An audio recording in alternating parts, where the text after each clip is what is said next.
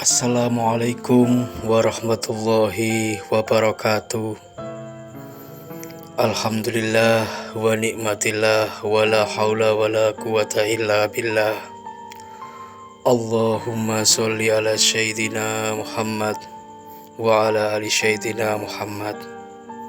Saudaraku yang dirahmati Allah, Ibnu Sina pernah berkata, menjadi calon penyembuh bukanlah jalan yang dipilih dengan gengsi, bukan pula profesi yang dipajang sebagai identitas. Ia adalah anugerah titipan langit, sebuah amanah halus yang diberikan kepada mereka yang benar-benar siap menjalani misi penyelarasan diri kepada manusia lain. Titipan ini tidak datang sebagai hadiah instan. Ia tiba setelah sang calon penyembuh digembleng habis-habisan oleh kehidupan, seringkali secara ugal-ugalan dan di luar akal. Sebelum seseorang menerima titipan itu, ia melewati masa pemurnian. Badai kehidupan datang tanpa jeda seperti konflik batin, keretakan hubungan, kehilangan, kegagalan, tekanan, rasa tidak berharga. Semuanya seperti menggilas dirinya sampai hancur berkeping-keping. Tetapi di balik kerasnya tempaan itu ada satu tujuan, yaitu supaya dirinya kebal, kuat, dan lapang dalam menghadapi energi-energi tak terduga yang kelak dibawa oleh mereka yang meminta pertolongan.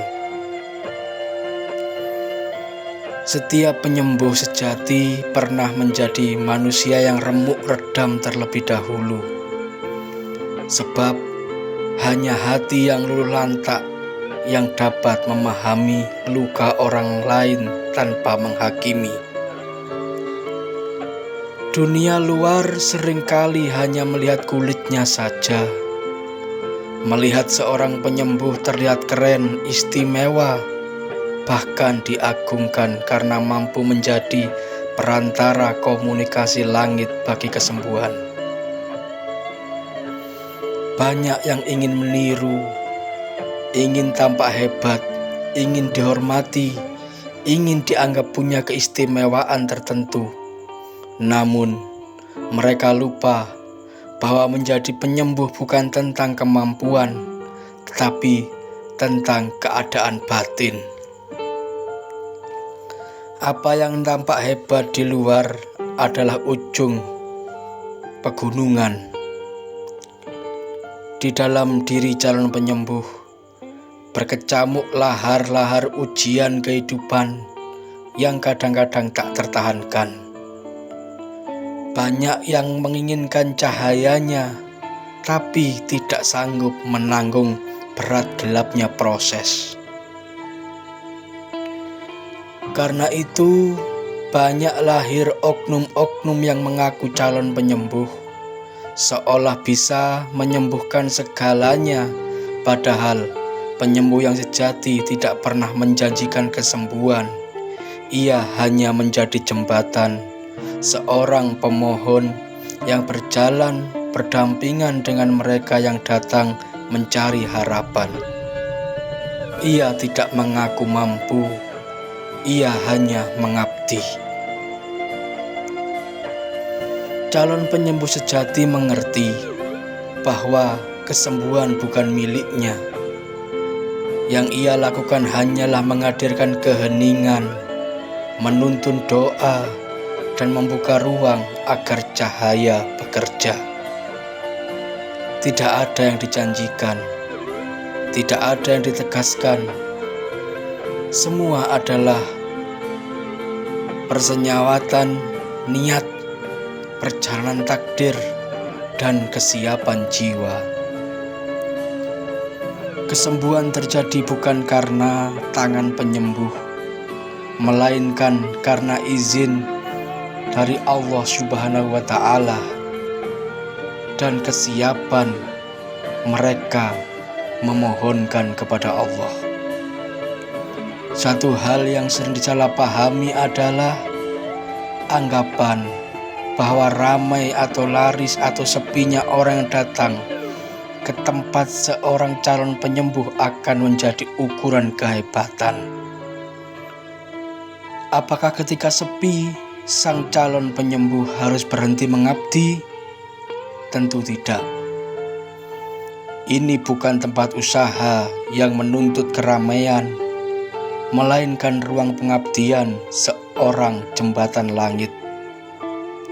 Ada masa ketika banyak yang datang memohon pertolongan, dan ada pula masa ketika hanya 1-2 yang hadir, bahkan mungkin tak ada siapapun.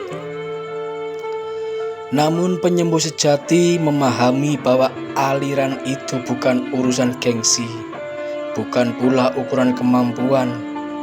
Itu hanya irama takdir, jodoh, keyakinan yang datang dan pergi sebagaimana semestinya.